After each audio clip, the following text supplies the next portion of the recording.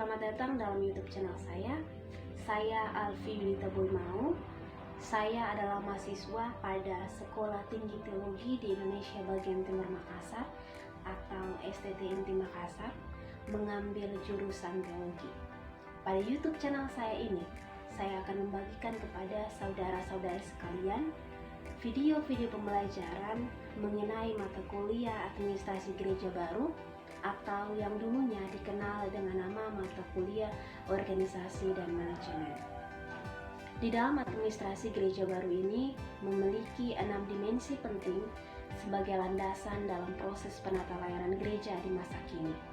Pada video pembelajaran saya yang pertama ini, kita akan sama-sama memahami dan saya akan membagikan kepada saudara-saudara sekalian mengenai pembahasan pada dimensi yang pertama, yakni dimensi Alkitab, teologi, dan doktrin.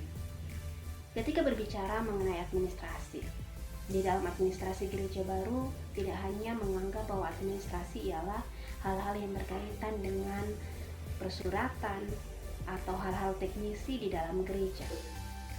Di dalam administrasi gereja baru, ketika gereja hadir di tengah-tengah kemajuan zaman, artinya bahwa gereja perlu untuk membuka diri.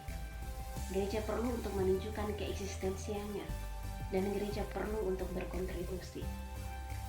Administrasi gereja baru sebagai proses penata layanan gereja yang berlandaskan pada Alkitab sebagai dasar dan firman Allah yang hidup, yang di dalamnya termuat hal-hal yang dikehendaki Allah, menjadi patokan, menjadi landasan yang kuat bagi orang Kristen untuk tetap eksis, menunjukkan citra Kristus di tengah-tengah dunia. Jauh sebelum kehadiran administrasi gereja baru, telah ada administrasi gereja lama. Tetapi kehadiran administrasi gereja lama atau AGL dipandang kurang efektif. Mengapa demikian? Karena administrasi gereja lama hadir di tengah-tengah dunia, tetapi sejatinya tidak berlandaskan pada Alkitab sebagai dasar dari hidup orang Kristen. Administrasi gereja lama menempatkan gereja hanya sekedar bait Allah atau rumah Allah semata, dan pendeta sebagai pemimpin tertinggi dalam administrasi gereja lama berlaku sebagai seorang pemimpin yang otoriter, yang terkadang mengintervensi jemaat dengan aspirasi yang sejatinya di dalamnya terkandung hal-hal atau kepentingan pribadinya. Ketika administrasi gereja baru hadir, memberi warna yang baru dalam proses penata layanan gereja dan memiliki hal-hal yang lebih positif, memiliki hal-hal yang lebih efektif. Administrasi gereja baru benar-benar menunjukkan apa yang sejatinya menjadi peran gereja.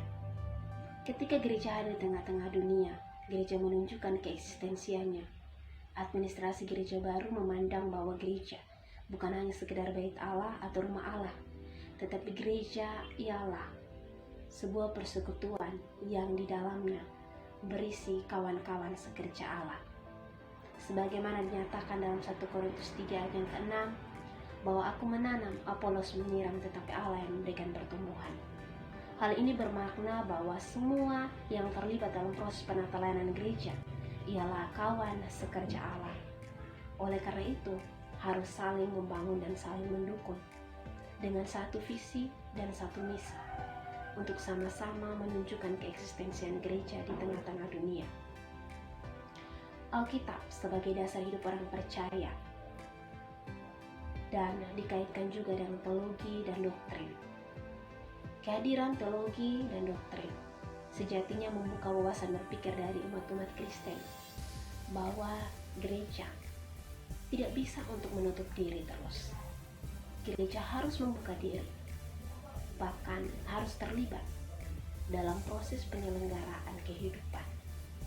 Tidak hanya berkaitan dengan gereja atau hal-hal rohani semata. Oleh karena itu, di dalam administrasi gereja baru ini ada hal-hal lain juga yang lebih efisien, sebab pendeta sebagai pemimpin dalam administrasi gereja baru ialah seorang pemimpin yang demokratis, di mana semua keputusannya diambil berdasarkan kesepakatan bersama. Di lain pihak, gereja juga mampu untuk menjawab akan apa yang menjadi pergumulan dan kebutuhan dari jemaatnya. Disinilah letak perbedaan antara administrasi gereja baru dan administrasi gereja lama. Gereja harus mampu untuk bertransformasi dan berevolusi, memberikan hal-hal yang baik, dampak-dampak yang baik bagi kehidupan ini. Oleh karena itu, gereja harus beralih dari administrasi gereja lama ke administrasi gereja baru.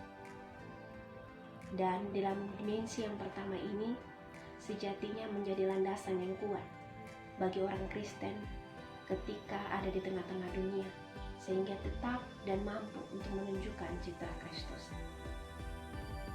Demikianlah video pembelajaran saya pada dimensi yang pertama ini. Sekiranya apa yang saya sampaikan ini dapat dipahami dan dapat menambah wawasan bagi kita sekalian.